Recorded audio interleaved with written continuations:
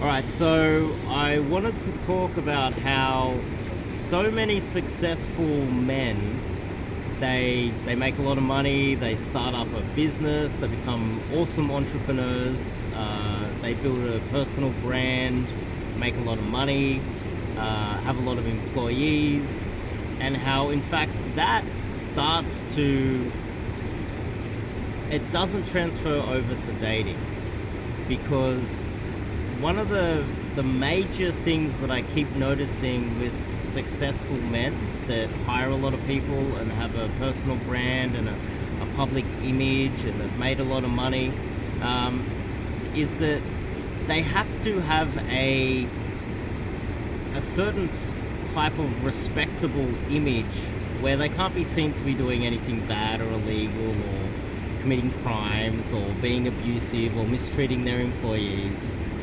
And these same men, what will often happen is they will end up with a woman who will start to exploit their goodwill and their kindness. Because so many of these successful men, they don't want to argue and battle with their wife all the time. They don't want to come across as the bad guy. They're always trying to keep up. What is it? How can I explain this? When you look at someone like Jeff Bezos, like he had a divorce and he got totally screwed. Bill Gates got extorted as well.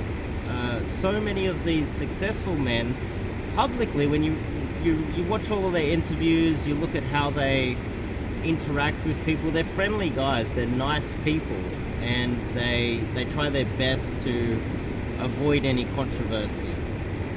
But what happens is, in a personal relationship with a woman, they often get exploited. She will argue, she'll constantly try to take as much as she can. One example I would like to, one great example is the amount of times a successful man will get in a relationship with a woman and then she will start taking more and more, as in she'll start asking for more freedom, she'll start asking for more money, she'll start asking for an open relationship, she'll start getting bored with these successful men, and they won't push back as much. They don't want to argue. They're always looking for a win-win situation, but often in a relationship someone needs to be in charge, and quite often a woman is always playing politics. Always.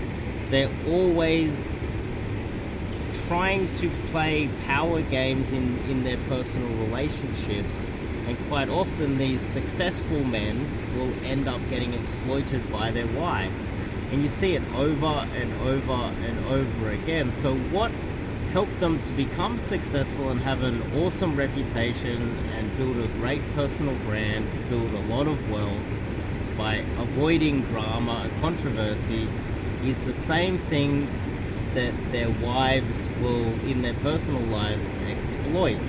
I see it over and over and over again.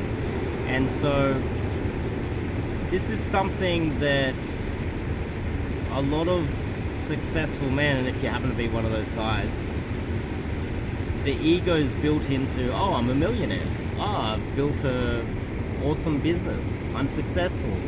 And that ego doesn't allow them to humble themselves with arguably the most important decision they will make, which is picking the right wife. And at the end of their lives, quite often, these men, they can't take their riches to the grave. The only thing they're passing over is their seed, their children. And if they chose the wrong wife, their seed might be tainted somehow. Their wife might be bad-mouthing them. And so this is something that I think, as a society, we should be aware of, when the most successful men in our society are getting exploited quite often by sometimes narcissistic, psychopathic women, and what they're leaving behind are kind of tainted children, which is the seed of an awful woman, and then that degrades society to some extent sometimes. Now, and it's hard for these men to acknowledge that they are, when they might do a lot of vetting and do background searches and be really careful with the people they do business with, but they're not as careful with the women that they share their bedroom with, which doesn't really make sense, does it? It seems a little bit negligent, but it's more common than you might think. And that's just something that I wanted to talk about. Leave a comment, let me know what you think about that. But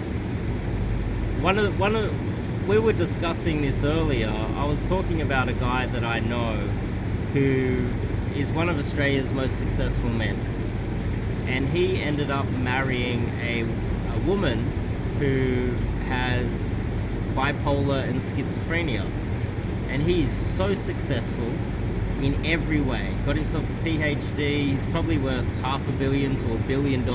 That's how successful this guy is. Just ticks all of the boxes of a high achiever. Yet he selected a wife with mental illness, and now his sons have mental illness, and he can't take all of those things to the grave. All he's doing is leaving behind tainted, damaged children to a woman that he should never have married in the first place, and they're being left with a lot of money. And how does that degrade society? You leave people with mental illness a lot of money, and that does do some damage to society. And it happens more often than you might think, and that's something that obviously a dating coach can solve, but it's a little bit too obvious to be promoting that. But I think it would, if they were to put their egos aside and go out and get some coaching. That same guy, he divorced his wife that has schizophrenia, and then ended up remarrying a legitimate psychopath. Like a psychopathic, money-grubbing gold digger. And with kids already, would you believe it? One of Australia's most successful men just couldn't even get a decent woman after making the first mistake. And it's so common. And so that's my thoughts on that. I don't really have much else to add to that. But anyway, I'll see you guys in the next video.